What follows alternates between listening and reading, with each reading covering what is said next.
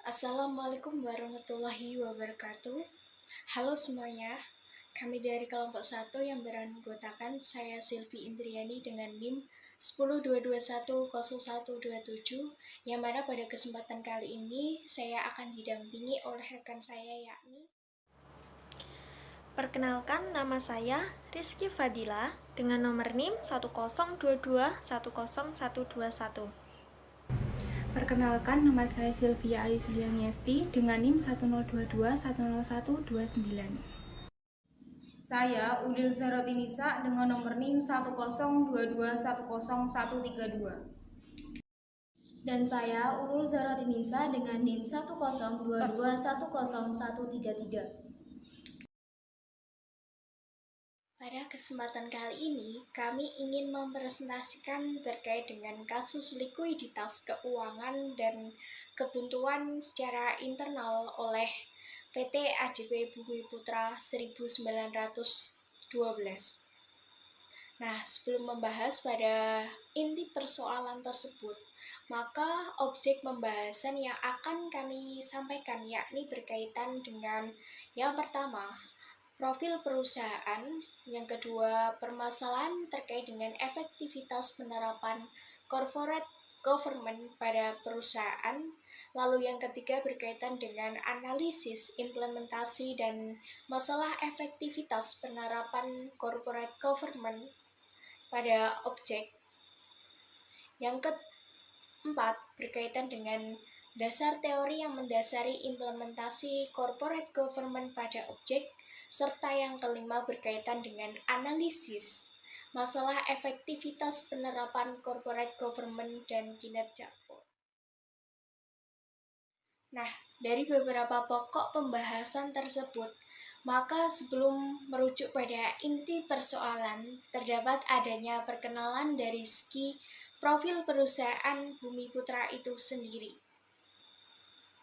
Sejatinya, mendengar istilah nama perusahaan Bumi Putra, kita tentu merasa tidak asing lagi, mengingat perusahaan tersebut menjadi salah satu perusahaan asuransi yang terkenal di negara ini, terlepas dari adanya beberapa problematika yang terjadi beberapa tahun ini. Secara umum, perusahaan PT Bumi Putra didirikan di Indonesia pada tahun 1912 dan menjadi salah satu perusahaan asuransi yang berbentuk badan hukum usaha bersama dan berdiri di Indonesia. Perusahaan Bumi Putra sendiri juga berupa suatu perusahaan mutual yang mana pemegang polisnya adalah masyarakat Indonesia sendiri. Nah, PT AJP Bumi Putra juga menjadi suatu pelopor perusahaan asuransi yang berada di Indonesia.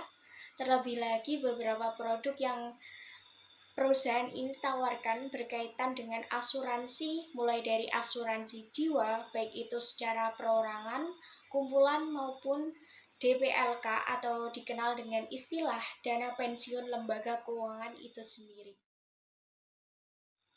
Perusahaan asuransi PT AJP Bumi Putra sendiri telah lama eksis di Indonesia sejak tahun 1912, sehingga ditinjau dari segi perkembangannya mampu membuat beberapa cabang sebagai anak perusahaan tersebut. Adapun anak perusahaan dari PT AJP Bumi Putra sendiri meliputi adanya PT Bumi Putra Wisata yang bergerak di bidang perhotelan, lalu ada PT Bumi Putra Mitra Usaha serta PT Informatik OASE yang bergerak di bidang informasi dan teknologi. Berkembangnya perusahaan PT AJP Bumi Putra secara keseluruhan tidak lepas dari adanya beberapa pilar pembangunan yang dilakukan oleh perusahaan. Nah, perusahaan Bumi Putra sendiri senantiasa berpedoman pada 3 pilar yang menjadi landasannya, yakni berkaitan dengan idealisme, mutualisme, dan profesionalisme. Dari segi idealisme, perusahaan asuransi Bumi Putra didirikan bukan berdasarkan atas profit atau mencari keuntungan semata saja, melainkan untuk meningkatkan kesejahteraan ekonomi para anggotanya serta masyarakat luas.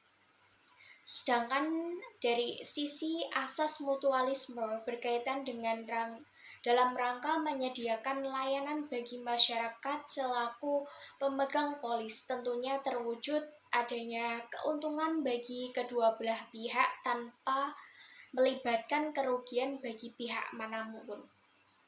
Selain adanya dua prinsip tersebut, terdapat adanya asas profesionalisme sebagai wujud perusahaan dalam rangka memberikan pelayanan bagi masyarakat. Sejatinya tentu dilandasi atas rasa tanggung jawab tinggi berupa mementingkan kadar profesionalismenya sebagai wujud menjaga citra perusahaan di tengah masyarakat. Lantas dari segi perkembangannya, perusahaan asuransi PT AJP Bumi Putra beberapa tahun terakhir mengalami beberapa persoalan. Adapun kasus yang terjadi dimulai dari adanya manajemen asuransi jiwa bersama atau AJP Bumi Putra 1912 tidak mampu membayarkan klaim para pemegang polisnya. Sekitar 500.000 klaim pemegang polis yang telah habis kontrak tidak dapat menerima dana pencairan dalam kurun waktu 3 tahun terakhir. Berdasarkan data dari Koordinator Nasional Perkumpulan Pemegang Polis AJP Bumi Putra sendiri, terdapat sedikitnya 9 triliun rupiah dana klaim pemegang polis yang belum dibayarkan oleh jajaran direksi atau manajemen perusahaan tersebut dalam kurun waktu 3 tahun terakhir.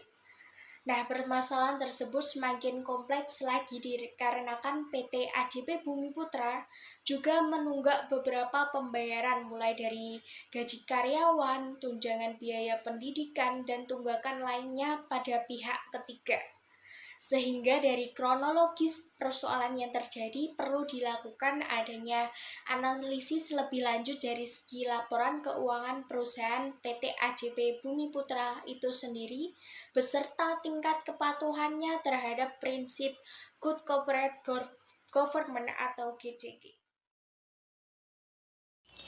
Untuk materi yang selanjutnya adalah mengenai permasalahan efektivitas penerapan CG pada perusahaan.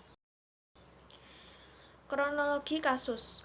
Pada tahun 1997 sampai 2002, yakni setelah mengalami defisit pada tahun 1997, Bumi Putra masih beroperasi karena belum adanya ketentuan secara detail yang mengatur kesehatan keuangan perusahaan asuransi kala itu. Bumi Putra kemudian diminta untuk menyusun program penyehat jangka pendek selama 1 tahun maupun jangka menengah selama 2-5 tahun untuk memperbaiki investasi yang sesuai dengan core bisnisnya. Pengawasan perusahaan kemudian mulai diintensifkan dengan berpedoman pada program penyehatan jangka pendek dan jangka menengah yang disusun manajemen. Namun, upaya penyehatan tidak berhasil karena manajemen dinilai tidak mampu dalam menjalankan program penyehatan dan pengaruh badan perwakilan anggota yang pada saat itu dianggap cukup dominan dalam operasional Bumi Putra. Adapun angka defisit Bumi Putra mencapai sebesar 2,7 triliun rupiah per 31 Desember tahun 2002. Selanjutnya pada tahun 2007 sampai 2008 terdapat skandal kontrak pengelolaan dana dan investasi lewat PT Optima Karya Capital Management yang dilakukan sebanyak 7 kali. Namun pemilihan Optima itu berdasarkan hasil suap. Total uang Bumi Putra yang dikelola Optima mencapai sebesar 307 miliar rupiah. Yang selanjutnya pada tahun 2009, Optima tidak bisa mengembalikan dana investor termasuk Bumi Putra. Mereka hanya bisa mengembalikan sebesar 10 miliar rupiah saja uang Bumi Putra saat jatuh tempo. Selain Optima, terdapat 5 manajer investasi bermasalah yang turut mengelola dana perusahaan asuransi tersebut. Pada tahun 2010, AJB Bumi Putra sempat membayarkan klaim nasabah asuransi jiwa sebesar 100 juta rupiah. Namun, yang dilaporkan pada kas perusahaan adalah sebesar 200 juta rupiah. Sedangkan nilai 100 juta rupiah lebih diambil oleh oknum dan dipakai untuk menyelenggarakan perayaan. Penggelapan uang juga terjadi di kantor cabang. Belum lagi kasus jual beli aset perusahaan yang keuntungannya masuk ke kantung oknum. Selanjutnya pada tahun 2010 sampai 2014 terdapat gagal bayar klaim dan defisit meningkat menjadi sebesar 9,25 triliun rupiah. Kemudian perusahaan diminta membuat program kerja fundamental, perombakan manajemen, penyusunan demutualisasi. Perusahaan juga diminta melakukan haircut atas kewajiban jangka panjang dan mulai diawasi oleh otoritas jasa keuangan. Kemudian pada tahun 2014 sampai 2016 terdapat gagal bayar klaim dan defisit bertambah menjadi sebesar 13,46 triliun rupiah. Upaya perbaikan dilakukan melalui pergantian manajemen, masuk orang-orang luar, Keputusan Keuangan Nomor 504 Tahun 2004. Selain itu ada perubahan distribusi pemasaran tradisional ke unit link investasi OJK besar. Pada tahun 2016 sampai 2018 terdapat gagal bayar klaim dan defisit bertambah menjadi sebesar 18,9 triliun rupiah. Pembayaran polis masih dilakukan oleh OJK menunjuk pengelolaan statuter menjadi pengurus AJB Bumi Putra yang 1912. Dewan Komisaris dan Dewan Direksi dilarang mencampuri tugas-tugas PS. Skema kerjasama investor dan demutualisasi usaha, OJK pun mulai mengendalikan Bumi Putra. Namun, klaim pemegang polis mulai tersendat. Pada tahun 2021 sampai 2020, terdapat gagal bayar klaim dan defisit bertambah menjadi sebesar 21,6 triliun rupiah. Terdapat upaya perbaikan dengan membubarkan pengelola statuter, aturan dikembalikan kepada anggaran dasar, AJB Bumi Putra 1912 melaksanakan AD pasal 38. Di sisi lain, OJK dan manajemen Bumi Putra saling tuding penyebab bobroknya manajemen. Klaim pemegang polis pun tak terbayarkan juga. Dan pada tahun 2020 sampai sekarang, terdapat gagal bayar klaim dan defisit mencapai 30 triliun rupiah. Nilai defisit mencapai sebesar 30 triliun rupiah, memiliki upaya perbaikan dengan membentuk manajemen baru sesuai anggaran dasar AJB Bumi Putra 1912, yang selanjutnya manajemen diminta menjalankan peraturan pemerintah nomor 87 tahun 2019. Direksi Bumi Putra juga diminta untuk menyelidiki kasus kecurangan di internal. Atas situasi genting tersebut yang melanda manajemen AJB Bumi Putra 1912, Jeffrey Rashid menilai perlu urgensi pemilihan badan perwakilan anggota yang baru. Di sini saya akan menjelaskan mengenai analisis implementasi dan masalah efektivitas penerapan corporate governance pada objek. Poin yang pertama mengenai pelanggaran PT AJB Bumi Putra 1912, yang mana PT AJB Bumi Putra ini telah melanggar beberapa pelanggaran prinsip. Yang pertama, pelanggaran prinsip Good Corporate Governance atau GCG.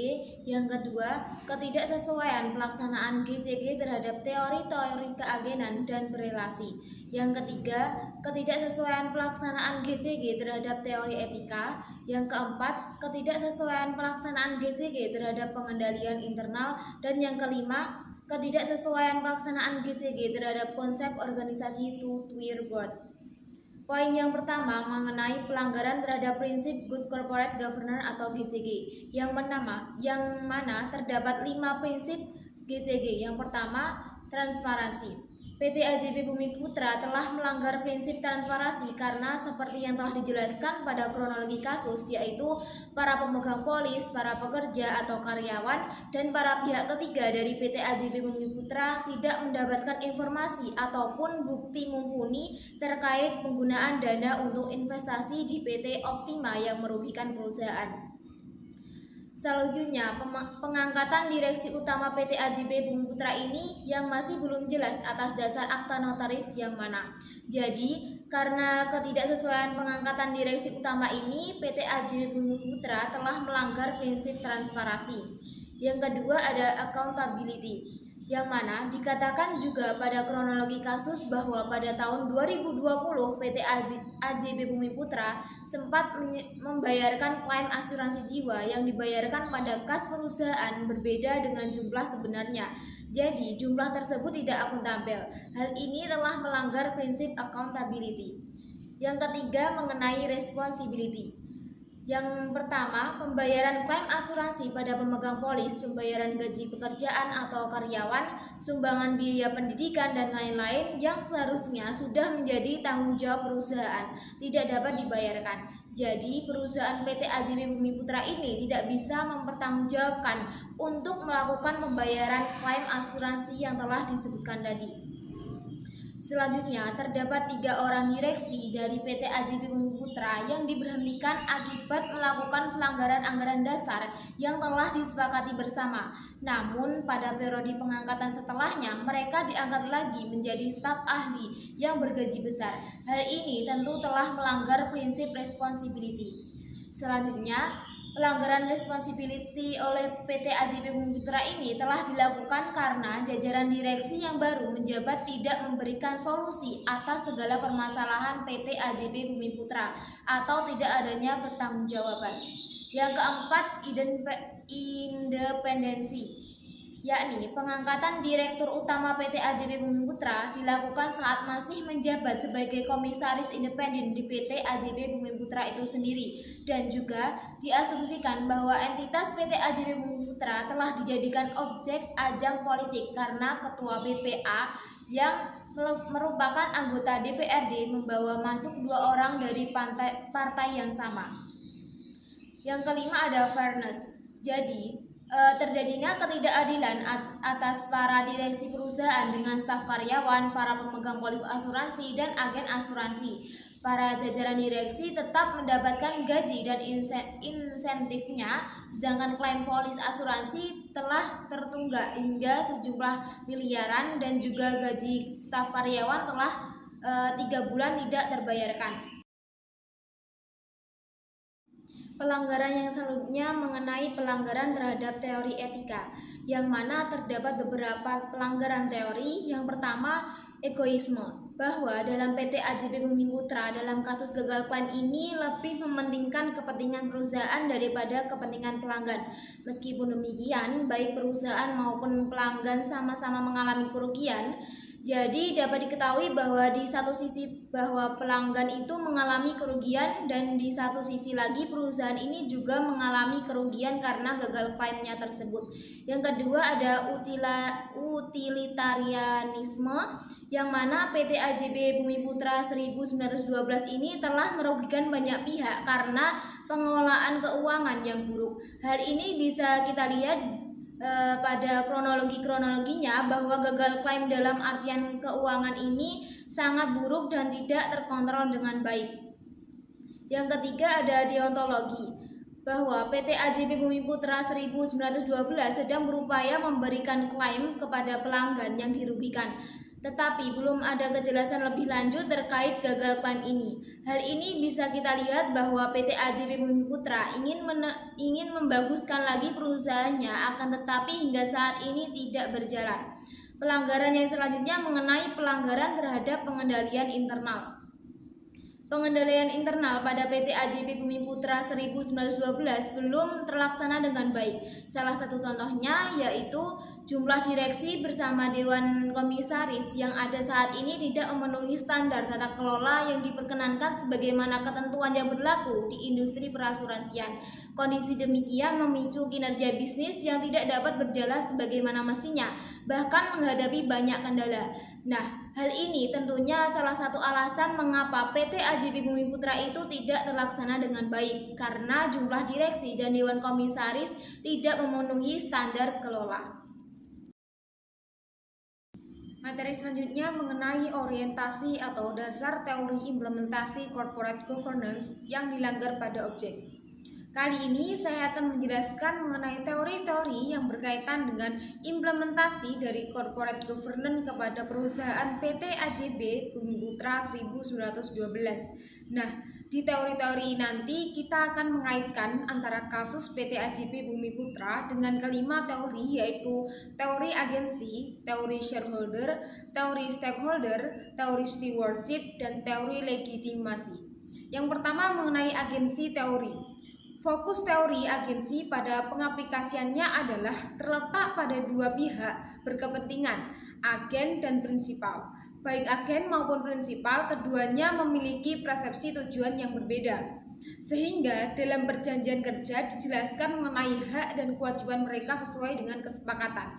Nah, jika kita analisis berdasarkan dengan kasus PT AJB Bumi Putra 1912 ini, bahwa masalah keagenan yang terjadi adalah ketidaksesuaian antara pelaporan klaim asuransi dengan klaim yang terjadi sebenarnya, sehingga ada sejumlah informasi yang ditutupi pihak agen kepada prinsipal. Jadi, ini terjadi pada tahun 2010 yang pada saat itu PT AJB Bumi Putra 1912 melakukan pelaporan klaim asuransi sebesar 200 juta rupiah pada kas. Akan tetapi sebenarnya mereka hanya membayar klaim asuransi sebesar 100 juta saja. Hal inilah yang menimbulkan spekulasi bahwa ada informasi yang sengaja ditutupi oleh pihak agen atau dewan direksi kepada prinsipal. Tentunya ini tidak baik bagi teori agensi, karena ditakutkan nanti dari permasalahan ini akan timbulnya ketidaksesuaian antara informasi yang didapatkan oleh prinsipal kepada agen. Jadi informasi yang seharusnya lengkap, yang seharusnya dijelaskan secara lengkap kepada prinsipal, akan tapi justru prinsipal mendapatkan informasi yang tidak sesuai. Maka dari itu dapat disimpulkan bahwa berdasarkan permasalahan tadi, PT AJB Bumi Putra ini tidak menerapkan teori agensi, malah justru melakukan pelanggaran terhadap teori agensi ini. Yang kedua mengenai shareholder teori atau teori pemegang saham. Shareholder teori ini menyatakan bahwa manajemen perusahaan dan pemegang saham bersinergi untuk meningkatkan nilai perusahaan, di mana tanggung jawab paling mendasar dari dewan direksi adalah untuk meningkatkan nilai pemegang saham. Berarti di sini tujuan utamanya adalah untuk meningkatkan nilai pemegang saham. Akan tetapi, jika kita lihat berdasarkan kasus PT AJB Bumi Putra 1912 ini, Dewan Direksi ternyata terbukti gagal dalam meningkatkan nilai pemegang sahamnya. Hal ini dikarenakan timbul defisit yang dialami dari tahun ke tahun dan menumpuknya klaim pemegang polis yang belum dibayarkan. Nah, akibat dari kedua hal tersebut menjadi alasan utama betapa buruknya pengelolaan sumber daya yang dilakukan oleh Dewan Direksi ini. Nah, di sini Dewan Direksi atau manajemennya menginginkan nilai pemegang saham terus meningkat dari tahun ke tahun. Akan tetapi ternyata gagal karena timbul defisit yang besar. Jadi yang seharusnya dapat menghasilkan keuntungan yang sebesar-besarnya malah justru menimbulkan kerugian. Maka dari itu, disinilah shareholder teori tidak dapat dicapai oleh PT AJB Bumi Putra dan bisa dibilang telah melakukan pelanggaran terhadap teori stakeholder ini.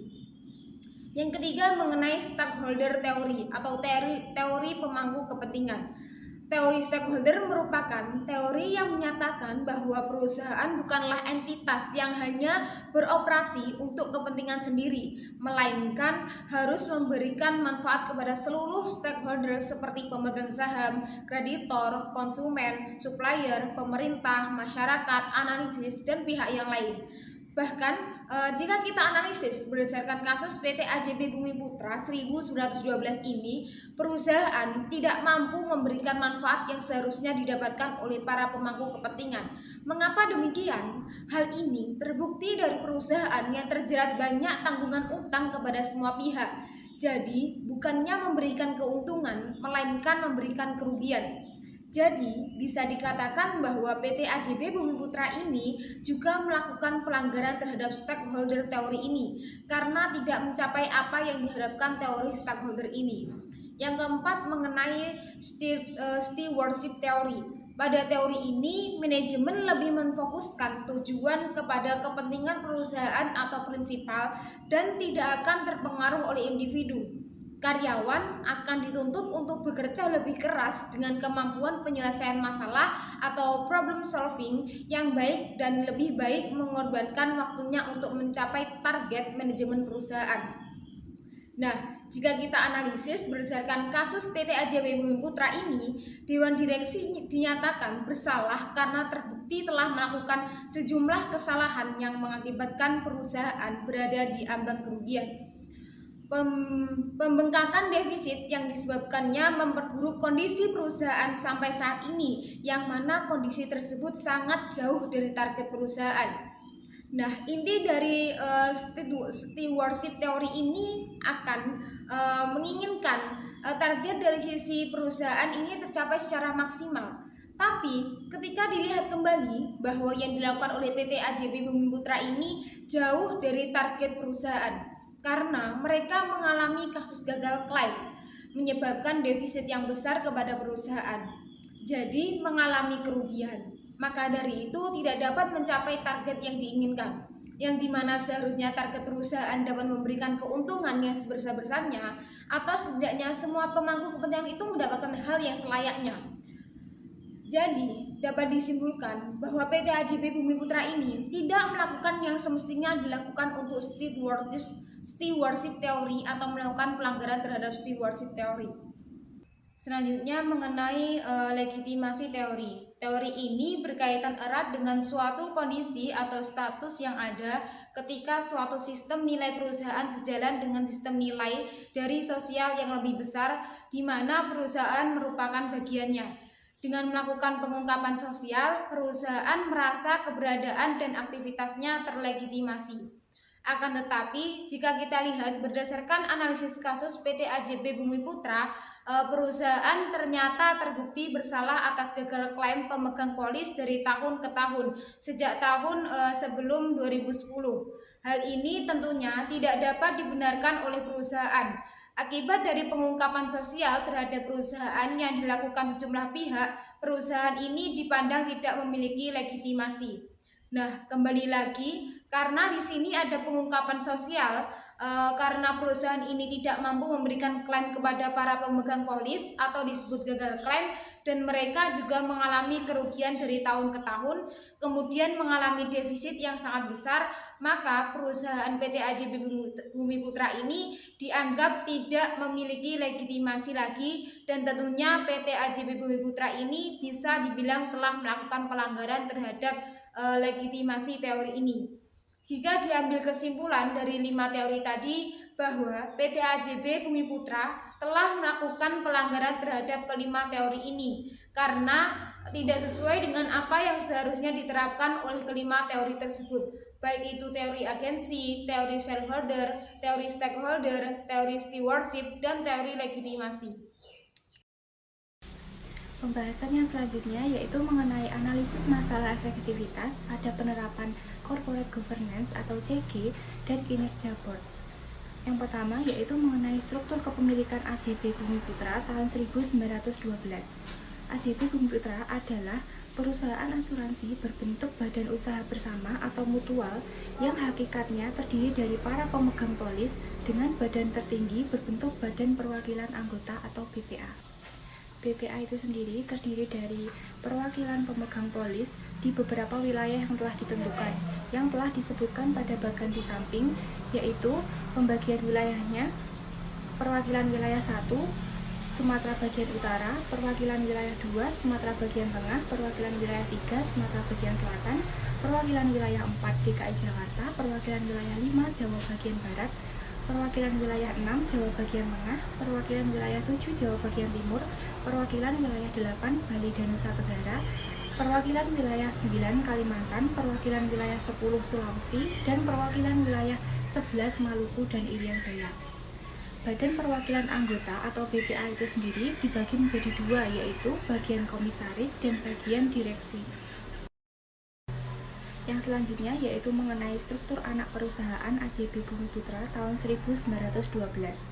AJB Bumi Putra membangun lini bisnisnya dalam beberapa anak perusahaan yang dibentuk sebagai entitas tersendiri, namun tetap di bawah pengawasan dan pengendalian AJB Bumi Putra tahun 1912. Mengenai struktur konglomerasi keuangan AJB Bumi Putra tahun 1912 dapat dilihat pada bagian di samping, yaitu ada AJB Bumi Putra tahun 1912 dan di bawahnya ada PT Asuransi Umum Bumi Putra Muda tahun 1967, PT Bumi Putra Sekuritas, PT Asuransi Jiwa Syariah Bumi Putra, dan PT Wisma Bumi Putra. Selanjutnya yaitu mengenai struktur kepengurusan AJB Bumi Putra tahun 1912, yaitu entitas utama yang meliputi Dewan Komisaris, Profesor Dr. Ahmad Yazidi MING dengan jabatan Komisaris Utama pada tanggal 25 Oktober 2018 sampai dengan 1 Juli 2020. Yang kedua ada Dr. Andes Haji Zainal Abidin MM dengan jabatan Komisaris dan Erwin T. Setiawan dengan jabatan Komisaris. Dan direksi dengan nama Dena Sairudin dengan jabatan Direktur SDM dan Umum merangkap Direktur Kepatuan, dan Joko Suwaryo sebagai Direktur Teknik dan Aktuaria pada tanggal 21 Mei 2019 sampai dengan Agustus 2020. Selanjutnya yaitu mengenai Peraturan OJK nomor 33 tahun 2014 Dewan Komisaris. Yang pertama, fungsi berbeda dari Dewan Direksi. Kedua, minimal 2 orang, satu diantaranya independen. Yang ketiga, lebih dari sama dengan 30% anggota merupakan komisaris independen. Yang keempat, tidak bertanggung jawab terhadap manajerial, tidak memegang saham, dan tidak berafiliasi dengan perusahaan. Yang kelima, dapat rangkap jabatan pada direksi 2, Dewan Komisaris 2 pada perusahaan lain. Yang keenam, rapat 1 kali per 2 bulan. Yang ketujuh, rapat dengan Dewan Direksi 1 kali per 4 bulan. Adapun Peraturan OJK nomor 33 tahun 2014 tentang Dewan Direksi antara lain yaitu yang pertama, paling kurang 2 di mana 1 diantaranya adalah Presiden Direktur atau Dirut. Yang kedua, dapat rangkap jabatan Direksi 1 atau Komisaris 3 atau anggota Komite 5. Rapat 1 kali per bulan. Dan yang keempat adalah rapat dengan Dewan Komisaris 1 kali per 4 bulan. Selanjutnya yaitu mengenai Komite Manajemen Resiko. Komite Manajemen Resiko terintegrasi yaitu meliputi jabatan Direktur Kepatuan AJB Bumi Putra tahun 1912 berstatus Ketua Merangkap Anggota. Jabatan Direktur Utama PT Asuransi Umum Bumi Putra Muda tahun 1967 berstatus anggota. Jabatan Direktur Utama PT Bumi Putra Sekuritas berstatus anggota. Jabatan Direktur Utama PT Asuransi Jiwa Syariah Bumi Putra berstatus anggota. Jabatan Kepala Departemen Manajemen Risiko dan Kepatuan AJB Bumi Putra tahun 1912 berstatus anggota. Yang selanjutnya yaitu Satuan Kerja Manajemen Risiko. Mengenai Satuan Kerja Manajemen Risiko terintegritas meliputi Kepala Departemen Manajemen Risiko dan Kepatuan AJB Bumi Putra 1912 dengan jabatan Ketua Merangkap Anggota, Kepala Departemen Perencanaan Perusahaan AJB Bumi Putra tahun 1912 dengan jabatan anggota, dan seterusnya dapat dilihat pada tabel di samping. Yang terakhir yaitu mengenai satuan kerja kepatuhan dan audit internal. Satuan kerja kepatuhan terintegrasi dan audit internal terintegrasi meliputi Kepala Departemen Manajemen Risiko dan Kepatuhan AJB Bumi Putra tahun 1912 dengan status ketua merangkap anggota. Jabatan Kepala Departemen Perencanaan Perusahaan AJB Bumi Putra tahun 1912 dengan status anggota.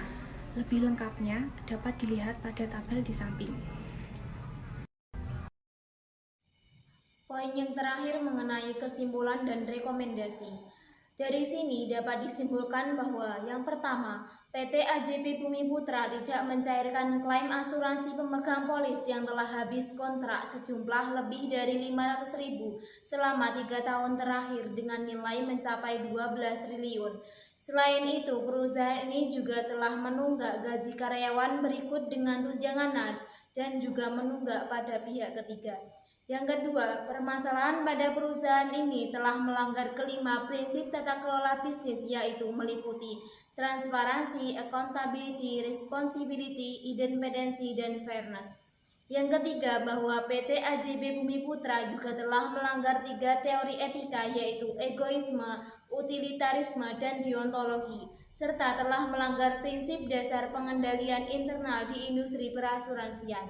Yang keempat, bahwa PT AJB Bumi Putra telah menunjukkan ketidaksesuaian terhadap kelima dasar teori implementasi corporate governance.